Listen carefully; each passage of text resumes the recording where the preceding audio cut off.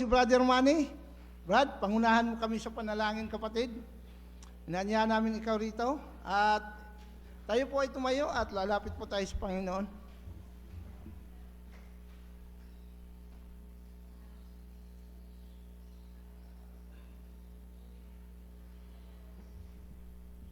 Tayo po'y sa mandaling manalangin. Let's pray. Manaming Diyos, ang lubos na dakila at mahabagin sa lahat. Muli, Panginoon, ay sa magang ito ay kami po'y nagpapasalamat, Panginoon, sa kalakasan, sa buhay na pinagkaloob mo sa lamin. Salamat, Panginoon, sa kalakasan at sa araw na ito, Panginoon, sa pagkakataon makapagpuli sa iyo. Salamat, Panginoon, sa mga kapatilang na ito, Panginoon, na handa aming makakasama sa pagsamba. At now, Panginoon, sa aming gagawin, Panginoon, ikaw lamang po ang mapupulihan, mapasalamatan, madakila sa magapong ito. In Christ name we pray. Amen.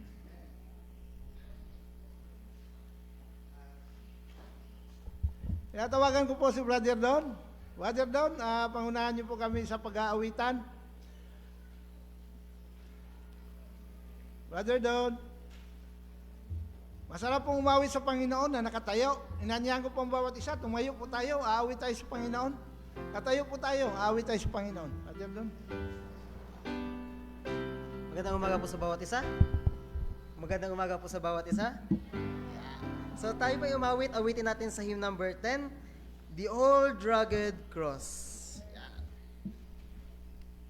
Awitin natin The Old Rugged Cross.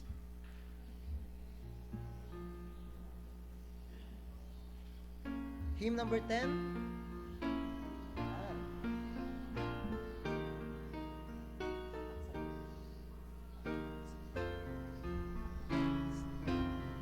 Awitin natin from first stanza hanggang fourth verse. The first stanza now. On a hill far away stood an old rugged cross, the emblem of suffering and shame. And I love that old cross, where the dearest and best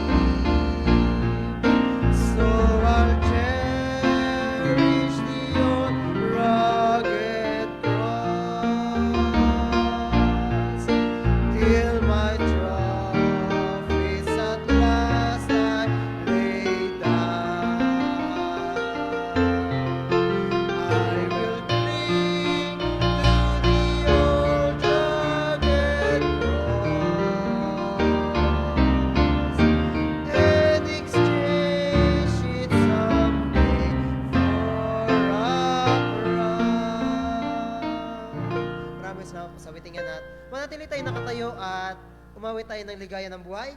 Kamayan po natin ang bawat isa. Awitin natin ang dalawang chorus ng ligaya ng buhay. Sing, ligaya ng buhay.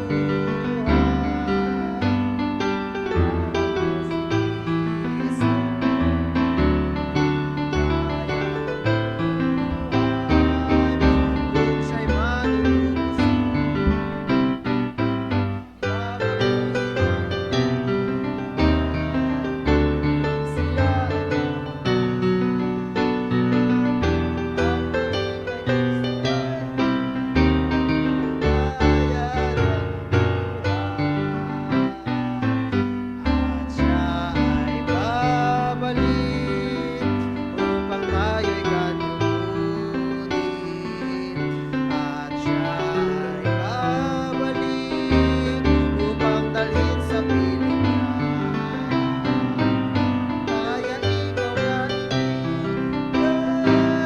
magbago ka ng iyong buhay. Ang maging kay Kristo ay tunay na ligaya ng buhay. Manatili po tayo nakatayo at tumawit pa po tayo ng isang panghuling awitin. Awitin natin ng Calvary Covers It All. On hymn number 244. Far dearer than all that the world can impart.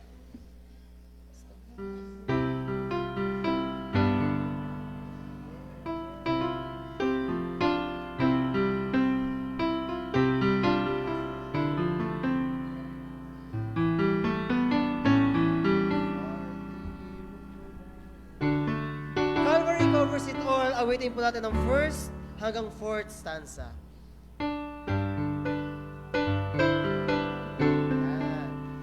Awitin natin ang first stanza now. Sing, far dearer than all that the world can impart was the message that came to my heart.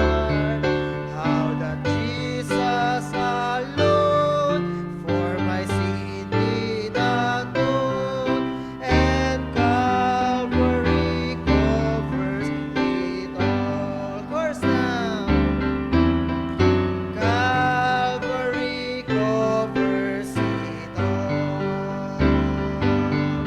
My past with its sin and shame, my guilt and despair, Jesus took on him there, and Calvary covers it all. Second stanza now. The stripes that he bore and the thorns that he wore told his mercy and love evermore. And my heart bowed in shame as I called on his name, and Calvary covers it all. Calvary covers it all. My past with its sin and shame, my guilt and despair, Jesus took on him there, and Calvary covers it all. How much is the grace in the face of this Jesus, my crucified Lord? My redemption complete, I then found at his feet, for Calvary covers it all. Calvary covers it all. My past with its sin and shame, my guilt and despair,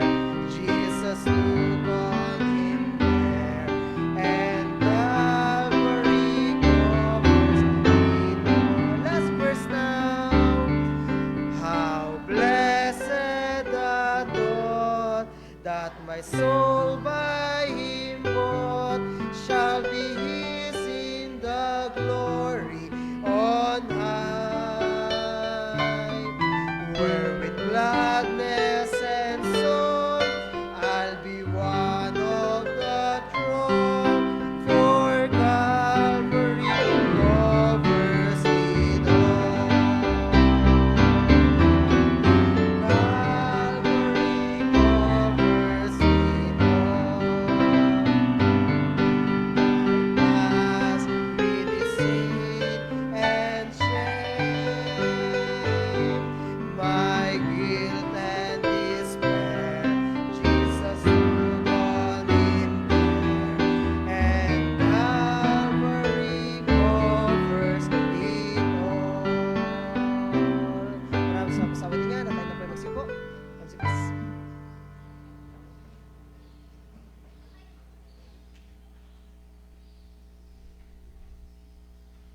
Amen. Good morning.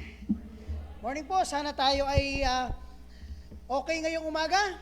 At again, konting reminder at of course, always, mamaya paglabas, tayo ay mag-wear ng ating mga mask para tayo ay maging maingat pagdating sa panahon ngayon. Especially kung meron kayong asma. No? Kasi meron na mga experiences tayo na may mga asthma ay naka-apekto sa kanila yung hangin ngayon, okay? So be careful na lang kung alam niyo may asthma kayo, mag-wear ng mask para magi tayong safe sa sa hangin na may kasamang makati at sa paghinga. Okay? So this morning, konting paalala lang para po sa ating namang project. Andyan po nakalagay sa ating audio room. Silipan nyo na lang dyan mamaya. Nasa pang-apat na row na tayo. By God's grace, pang-apat na row na yon. At patuloy natin ipag-pray ito hanggang matapos natin. At by God's grace, baka dapat tayo ng lamig.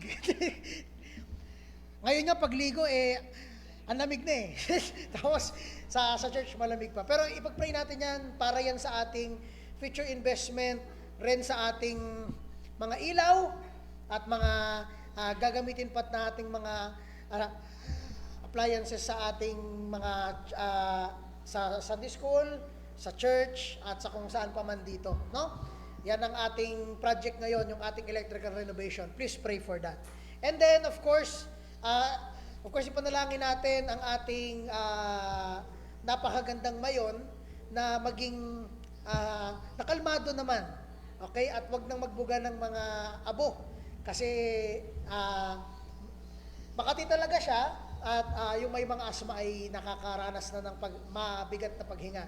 Okay? So, ano ba? Ipag-pray rin natin ang ating Pilipinas, ang ating bansa. No, wag niyong kalimutan isama sa prayer na ipag-pray ang bansa natin sa mga nangyayari ngayon na kaguluhan. But regardless, ang goal natin this Sunday ay papurihan ng Panginoon sa lahat ng ginawa niya para sa atin all this week. At lahat yon ay ibibigay natin sa Panginoon mamaya sa pag-awit and especially doon po sa ating maririnig na message this morning. Thank you very much sa lahat na nandito at makakarinig tayo ngayong umaga ng isang special number. Duet sila. Okay? So tawagin natin ang magkapatid na ito. Saan ba kayo? Ano ang pangalan ninyo? Princess and Cassie, sorry. Nakakalimutan ako na, tumatandaan na. Okay, so tawagin natin ang duet natin this morning.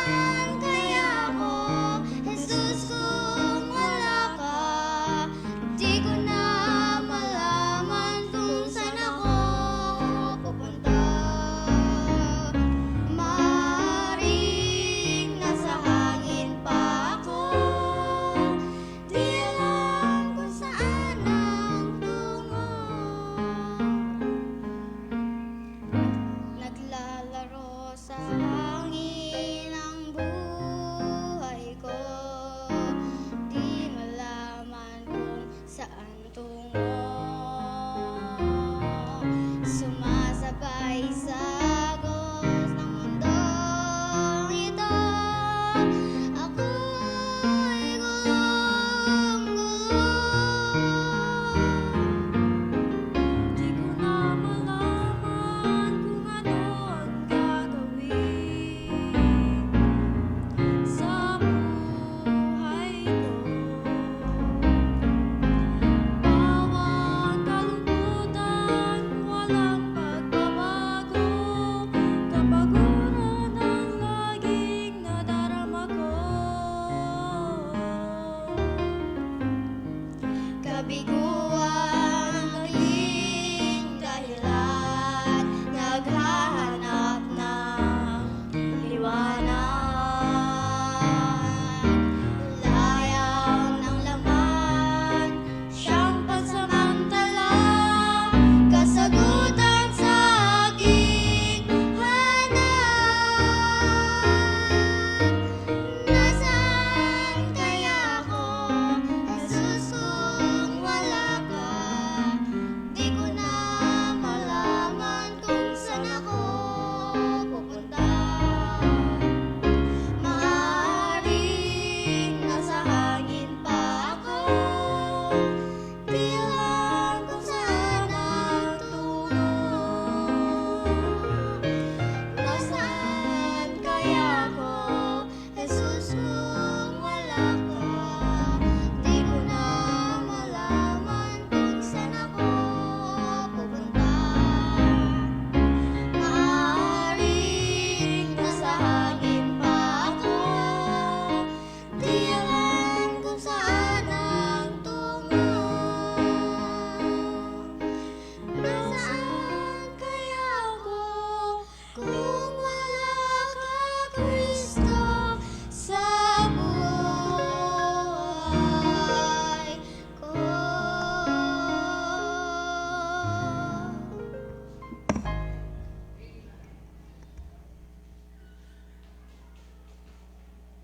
Amen. Are you blessed? Amen. Tama yung ano kanilang isang ano yan, lumang papuri song. Amen. Naalala ko pa yung album na narinig ko yung awiting yan. Nasaan nga naman talaga tayo, no? Kung walang Panginoon. Tama yung awiting yan. So let's call Brother Don para i-lead tayo for one last song at kakanta rin ng choir as led by Brother Don sa konting sharing ng verses. Brother Don, please. And let's all listen po dito sa isi-share ni Brother Don na awitin Complete in D. Choir, please.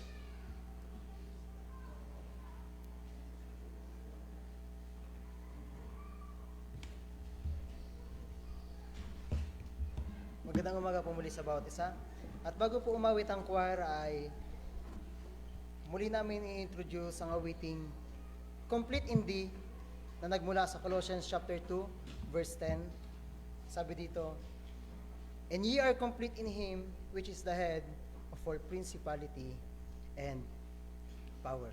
Complete in D.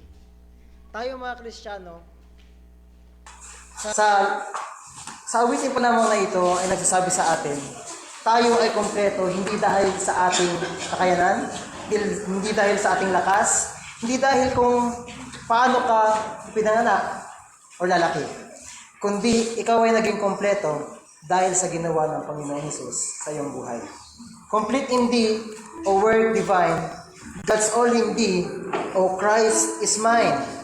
Thy blood hath pardon both for me, and I am now complete in Thee. Lahat ng nangyari sa ating buhay na biyaya ay hindi dahil sa ating lakas, kundi dahil sa Panginoon. Kaya na yan, kung pambawat isa na tayo po ay tumayo at awitin natin ang complete in Thee from 1st hanggang 4th verse.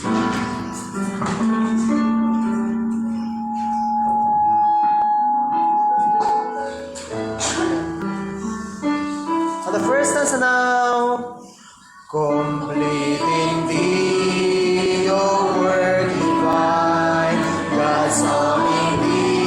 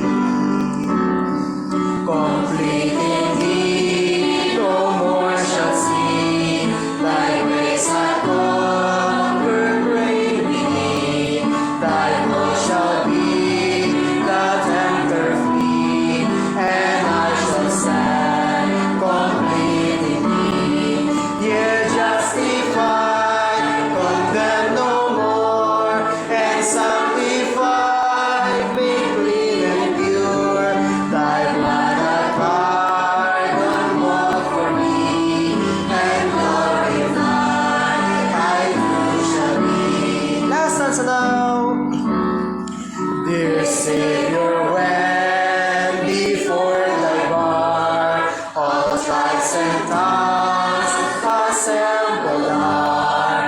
Among thy chosen will I be, at thy right hand complete me. Yea, justified, condemned no more, and sanctified, greatly endure. Thy blood and pardon God for me, and glorified I too shall be. Yea, justified, condemned no more, and sanctified, greatly endure. Thy blood and pardon God for me, and glorified I too shall be. Maraming salamat sa awitin yan. At manatili tayo nakatayo at simulan natin sa pagbabasa ng 1 Peter chapter 3 verse 18. 1 Peter chapter 3 verse 18. 1 Peter chapter 3 verse 18. Kung nandiyan na po tayo. Sabi dito sa 1 Peter chapter 3 verse 18, For Christ also hath once suffered for sins, the just for the unjust, that he might bring us to God, being put to death in the flesh, but quickened by the Spirit. Revelations chapter 5 verse 9, And they sang a new song, saying, Thou art worthy to take the book, and to open the seals thereof, for thou wast slain, and hast redeemed us to God, by the blood out of every kindred, and tongue, and people, and nation. Verse 12, saying with a loud voice, Worthy is the Lamb that was slain to receive power, and riches, and wisdom, and strength, and honor, and glory, and blessing. Tayo na po yung mga kapo. Tawag po yung komento, please. Ang awitin po ng choir is titled, O Sacred Head, Now Wounded. Isang lumang classic na hymn na ang ibig lang sabihin ay ganito. Isang Diyos na sinugatan para mabigyan tayo ng kaligtasan. Kaya ganoon na lang ang dapat na glory na ibigay sa Kanya. Yung pagkasugat niya, yung pagkawasak ng Kanyang katawan ay ang victory at pagkapanalo ng Panginoong Kristo sa kasalanan at kaligtasan natin. Pakinggan po natin ang awiting ito, O Sacred Head, Now Wounded.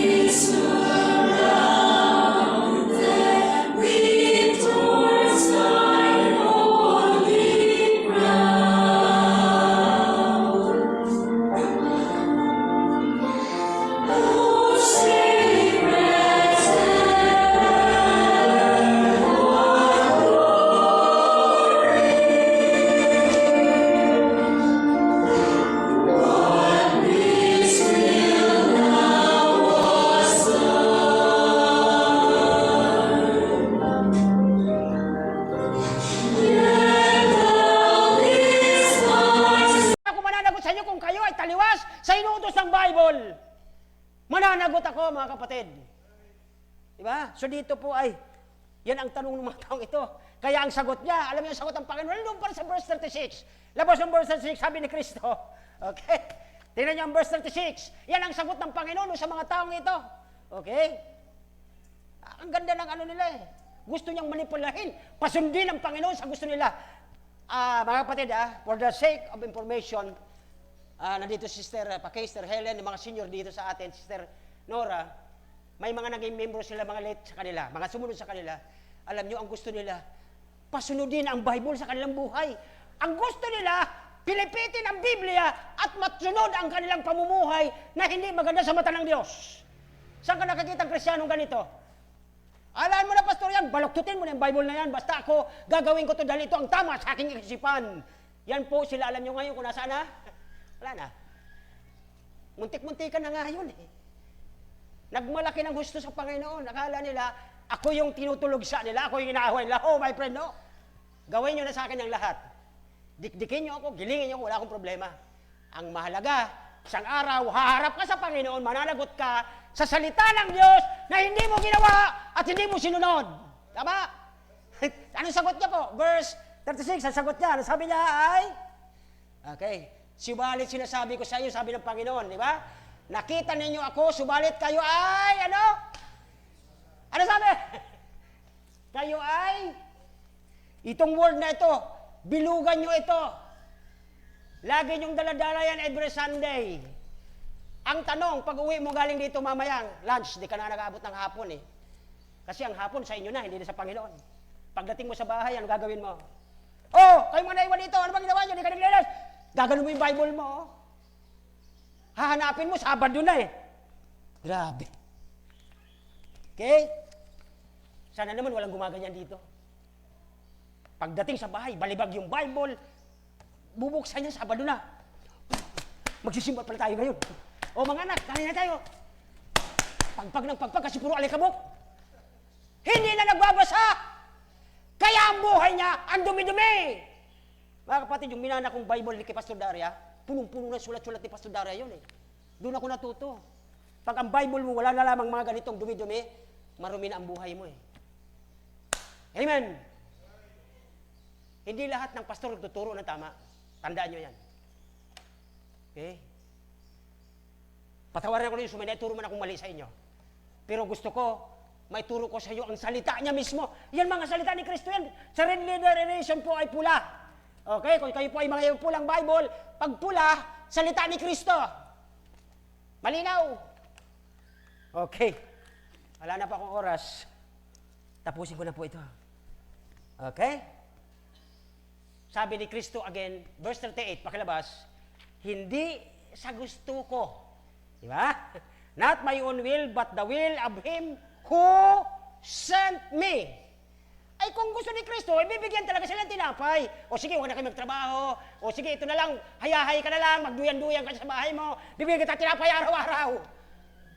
O, di ba? Kasi nagmalaki pa sila. Nung anong panahon, mga ninuno namin, mga lulo namin, pinakain ng Diyos doon sa ilang eh. May supply ng pugo, may itlog, may mga karne, lahat. Ay kasi inutusan silang umalis sa mundo. Umalis sa mga sugal, sa mga bisyo, sa mga alak doon sa Ehipto. Alam nyo, sabi nung mga, hindi talaga mawala sa lalamunan nila yung lasa ng alak. Sabi niya, ang bira naman, Pastor Moses, daladalin mo kami rito sa desierto, tapos gutomin mo kami. Paano sila nagutom? May manok, may pugo, may itlog. Sa umaga, sarsyadong itlog.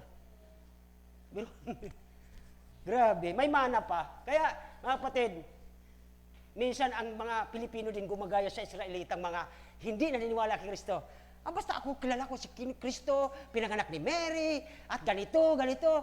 Basta ako Christian. Pero tingnan mo ang buhay niya. Kung binago talaga ng Diyos, hindi nagbago, ibig sabihin, pariseyo ang taong yan. Yan. So dito po ay, at least, isa lang oras, bigay ko lang sa inyo ang ano dito. Okay? Ang bread from heaven from verse 47 to 51, ang bread from heaven na tinutukoy, walang iba kundi ang personalidad ni Jesucristo. 49, your fathers ate manna in the wilderness and they were dead. O, di ba? Pinakain siya ng Diyos, pero nabuhay pa sila? Namatay din sila eh. Ito ang tanong ko sa inyo. kung kayo magpapatuloy sa katigasan ng mga ulo at inyo susundin ng Bible, mabubuhay kayo. Pero sa bandang dulo, mamamatay din kayo. Gayon po ang mensahe ng Panginoon sa verse 40, ano po? And then at 36, okay? And then 47, 41, okay? 52 to 59. Tingnan niyo yung mga Bible, okay? Tinanggap niyo ba ang Panginoon sa buhay niyo ngayong umaga? Tinanggap niyo ba talagang totoo ang Panginoon sa buhay niyo ngayong umaga bilang mga Pilipino? Kasi ang pinag-uusapan natin, mga Hudyong mga Pariseo eh. Mga Hudyo ito, mga kababayan ni Kristo, pero mga sagin-sagin sila, hindi sila talaga naniniwala kay Kristo. Ang gusto lang nila yung tinapay, ang gusto lang nila blessing. Okay? 53, 54, okay? 52, tingnan niyo ang 52, sabi niya, okay? Paano bibigay ng taong itong kanyang laman? Magiging ba kaming kanibal? Ito pa ang isa. May mga pilosopo na, pilosopo pa. Tingnan niyo ang verse na yan, verse 2, di ba? Sabi niya doon, okay? Kahit ang mga Hudyo nagtalo-talo, sinabi Panginoong, may papakain sa atin ng itong tao ang kanyang laman? Anong akala mo sa aming kanibal? Ito ang contemporary sa ating mga Pilipino. Mananampalataya kami, pastor? Wala nga kaming maisaing? Wala ka bang binibigay sa aming pera para mapabili ng bigas? Yan po ang katumbas. Nagagawa po ba natin? Ganun na ganun din yung utak ng mga Pilipino ngayon dito sa atin. Parang mga Hudyong mga Pariseo. Pastor, mananiwala kami sa pananampalataya, sabi ng tinuturo mo sa Bible, wala nga kami pansaing. Kasi po mga kapatid, ito ang katotohanan. Ang sinasabing pananampalataya, ang pananampalataya, mga bagay na iniisip at inaasahan mo, hindi mo pa siya nakikita. Tama? Ang pagtubod ganyan. Hindi mo pa siya nakikita, pero, Lord, sana sa bukas na linggo, samahan mo ako, kayo manguna, alam ko may problema ako, alam ko magkakaroon ito ng kasagutan. Yun po ay ginagawa ng Panginoon sa pamagitan ng pananampalataya, hindi sa pamagitan ng gawa mo. Gagawa ka ng mabuti para approve sa Diyos, no. Sasabihin, Panginoon, pastor, ginawa ko naman lahat sa simbahan na. Nag-a-attend ako, perfect ang attendance ko. Nandun ako, tahimik ako, hindi ako nanggugulo. Ang tanong ko, kumbinsido ba ang Diyos? Kumbinsido ba ang Diyos? Na tama ka? Walang makakasagot niyan, sasabihin ko sa inyo mga kapatid. Mga kabataan, habang ngayong maaga pa kayo, hilig niyo sa mga hilig ng mundo. Laskwat sa ganyan. Pero bago kayo sana gagawa ng ganon, basahin niyo muna ang letter ng Panginoon sa iyo para gumanda ang buhay mo. Hindi yung inuuna mo yung mga gusto mo sa buhay. Sabi ng Matthew 6:33, ano yun sabi doon? Unahin ang kaya't hanapin niyo ang kaharian ng Diyos at ang lahat ng bagay ay biruin mo lahat ng bagay, dadagdag, ibig sabihin mayroon ka na. Tama? So dito po ay verse 56. Sino ba ang kumakain nito? Ito po yung mga sakripisyo ni Kristo sa krus. Di ba? Yung pag-inom ng kanyang dugo, yun po yung yun po yung sakripisyo. Tingnan niyo po, di ba? Kaninang umaga, nagsakripisyo kayo, ang lamig-lamig, naligo kayo. Di ba sakripisyo yon?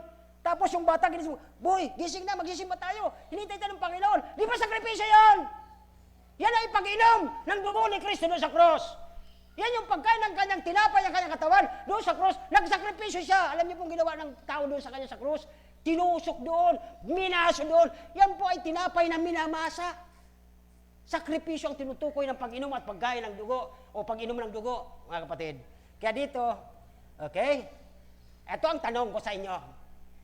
Sa pagtingin nyo ba sa isang tinapay sa lamesa, mawawala ba ang gutom mo? Sagot.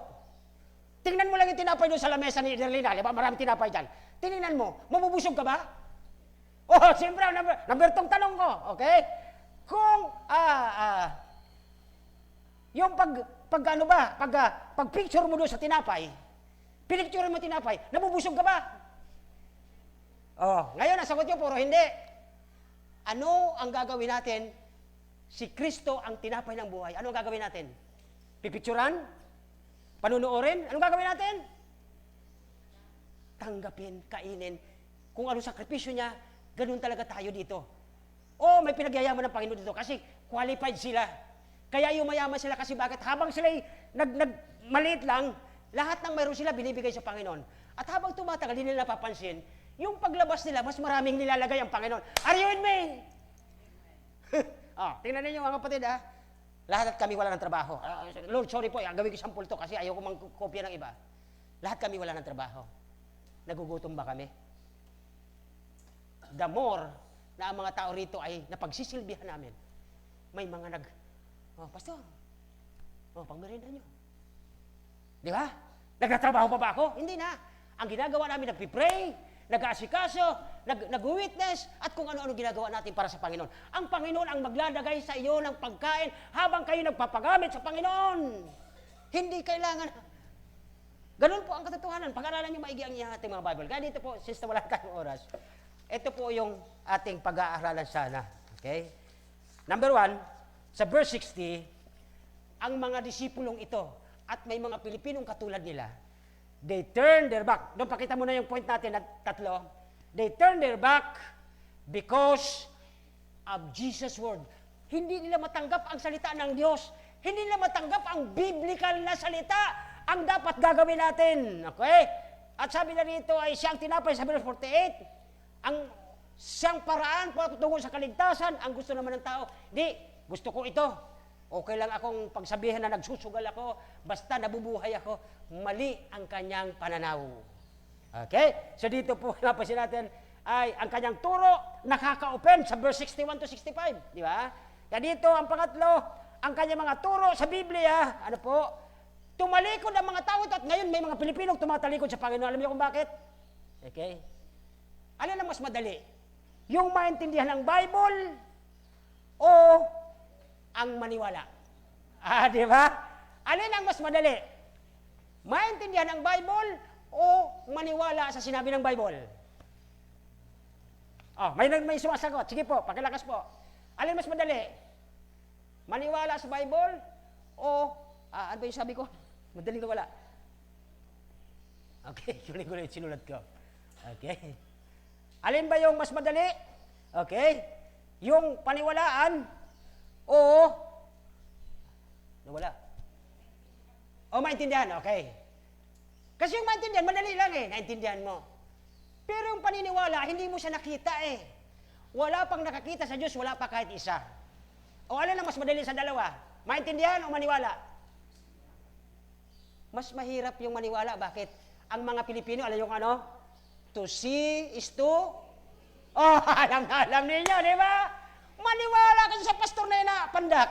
Walang pinagdadala niya sa pulpito.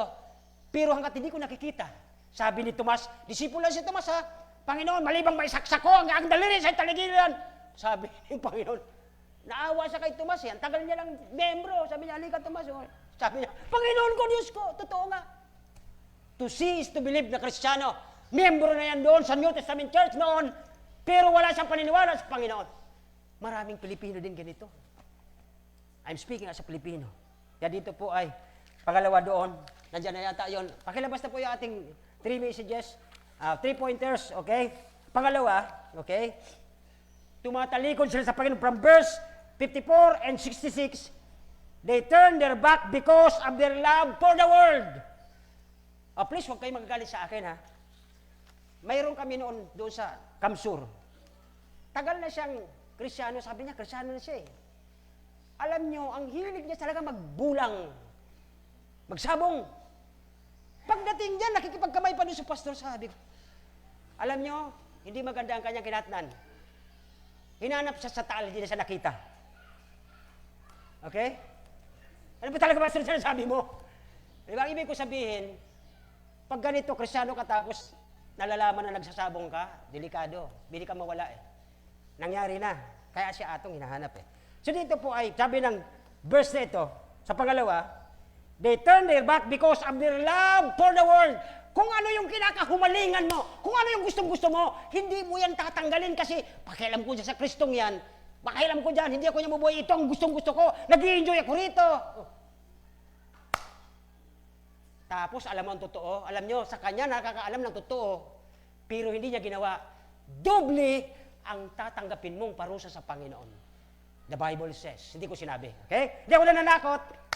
Okay, so dito po ay ang panghuli, at tatapusin ko na po. Number 3, they turn their back because of disobedience or waywardness. Ang wayward, ibig sabihin disobedient. Tanong ko po, ano to? Puso sa pusong tanong. Ngayon bang umaga ay nakapag-disobey tayo, nakapagsuhay tayo sa Panginoon? Isa na ako eh. Nakapagsuhay ba tayo sa Panginoon, katulad ko? Amen. Yan ang dapat. Bakit po? Tingnan niyo po ito. Bakit sila tumatalikod? Dahil sila po ay mga wayward, mga disobedient. Sabi niya sa verse, sa final pong verse, ang sabi dito, tinanong niya sa mga disipulo, verse 67, pakilabas, 67. Dito tayo magko-close. Okay? Look at verse 67. Sabi niya 67, okay? Will you also? Sabi niya mismo sa harapan niya, kayo rin ba itatalikod sa akin? Sabi ng Panginoon. Ang tanong ko ngayon sa inyong umaga, kayo rin ba, katulad ng mga parasagin-sagin na ito, mga parisiyong ito, ay tatalikod sa Biblia o salita ng Diyos? Thank you very much. Tayo po'y magsitayo. Harinawa, sinabi nun sa kanila, ang 12, ibig din ba ninyong umalis? Yan po ang tanong. Bago ko po, tayo mag-pray, tayo po yumuko. Pagbulay-bulayan natin ang tatlong bagay na ito. Pakilabas ulit po ang ating notes para pag-review nila mamaya, maunawaan ang todo. Sila po, why they did not believe Jesus? Bakit hindi sila naniwala? Because they turned their back from Jesus' word. Mabigat, hindi talaga maintindihan. Okay? Number 2, bakit hindi sila maniwala sa Panginoon? Because they turned their love for the world. Mas gusto nila ang mundo kaysa sa Panginoon. Mas gusto niya yung ginagawa niyang pagbibisyo kaysa sa Panginoon. Number 3, they turned their back because of their waywardness or disobedient. Ang tanong, gusto niyo bang ayusin sa harapan ng Diyos ngayong bagong taon ng ating mga buhay? Lord, ayoko pong maging matigas ang ulo, ayoko maging disobedient. Narinig ko po ang tama. Re-reviewin ko po ito from chapter 6 ng John na ito at napakaganda pala nito. Tayo po'y manalangin, dakilang Diyos, salamat po. Sa umagang ito, salamat po sa iyong salita na nahiyag. Masakit, Panginoon, ako mismo nasasaktan. Pero wala akong magagawa dahil nagkamali ako, nag-disobey ako sa iyo, Panginoon. Harinawa po ang naihayag na salita mo ngayong umaga ay maintindihan po ng aking mga kapatid na huwag silang maluho doon o madala doon ng dyablo sa mga bagay na ayaw mo sa kanila. Habang po nakayuko, nakapikit ang ating mata, wala pong titingin, ikaw at ang Panginoon lang mag-uusap. Gusto mo bang i-correct ang iyong pagkakamali ngayong last year at ngayong taon na ayusin na natin sa harapan ng Panginoon? Marapat lamang po sa inyong katotohanan, punta kayo sa harapan, kausapin niyo ang Panginoon, lumod kayo, Panginoon. Gusto ko pong hingilingin ang tulong niyo ngayong taon. Ayusin ko na po ang aking buhay, talikuran ko na yung mga bagay ng mundo. At nagninegosyo man ako, pero hindi ko dadagdagan ito ng puro yun na lang, kundi ikaw pa rin ang priority. Harinaw, Panginoon, kasihan mo ang aking puso. Samahan niyo po ako sa aking panalangin ito. Mayroon po ba, bago po tayo mag-pray, mayroon pa po. Mayroon pong mga nakaluhod na po, salamat po sa mga nagsuko ng Panginoon ng kanilang mga nagagawang disobedient, nagagawang hindi tama sa harapan ng Diyos. Gusto na natin i-correct ngayon bago tayo po mag-February. Harinawa, ma-correct na natin po ang ating mga pagkakamali ngayon. Lord, alam ko pong wali, maganda ang pahihinatnan na mga nagmamatigas sa iyo, mga sumusuhay, lumatalikod, at lumalayo sa iyo. Lord, wag na pong mangnahira sa aking buhay, katulad ng mga disipulong ito, na tinanong mo pa sila mismo sa harap-harapan, kayo rin ba ay aalis? Maguti na lang, tama ang sagot ni Pedro. Saan kami pupunta, Panginoon? Ikaw ang may buhay na walang hanggan. Doon kami dapat sa iyo manatili. Salamat kay Pedro na ipinakilala ng Diyos sa kanyang puso ang totoong Kristong kanilang hinihintay. At ngayong umagang ito mga kapatid sa ating bago tayo mag-close, sana ang Kristo ang mangibabaw sa inyong buhay at hindi ang inyong mga gusto. Patawarin nawa tayo ng Diyos sa ating mga pagkakamali at disobedient. Dakilang Diyos, salamat po Panginoon sa umagang ito sa mga nakaluhod sa harapan. Salamat po sa umagang ito na may mga taong nakaunawa ng salita. Ang simbahan pong ito, Panginoon, hindi pinagmamalaki ang aming grupo, kundi pinagmamalaki namin ang Kristong nagdusa sa krus, namatay para sa amin, para malinis sa aming kasalanan upang pagharap namin sa Diyos Ama, ay tatanggapin kami bilang anak dahil kay Kristong kamatayan. Salamat po sa ginawang itong sakripisyo ni Kristo, kaya aming iinumin, aming kakainin ang tinapay ng buhay na si Kristo, na siya ay sakripisyo niya, magsasakripisyo din kami habang kami ay naghihintay sa kanyang pagbabalik. Maraming salamat, Panginoon, sa ginawa mo sa aming buhay. Napakabuti niyo. Pangunahan niyo po kami, ingatan niyo kami, pagpalaan niyo kami. At i-bless mo po, Sister Emilia sa kanyang pag-uwi, sa safe siya po sa kanyang pagbabalik, at ibang mga kapatid na nasa lihay, Panginoon. Maraming salamat, Panginoon, sa umaga ito. Ito po yung aming hiling at pasalamat sa pangalan ni Jesus. Amen. Thank you very much po.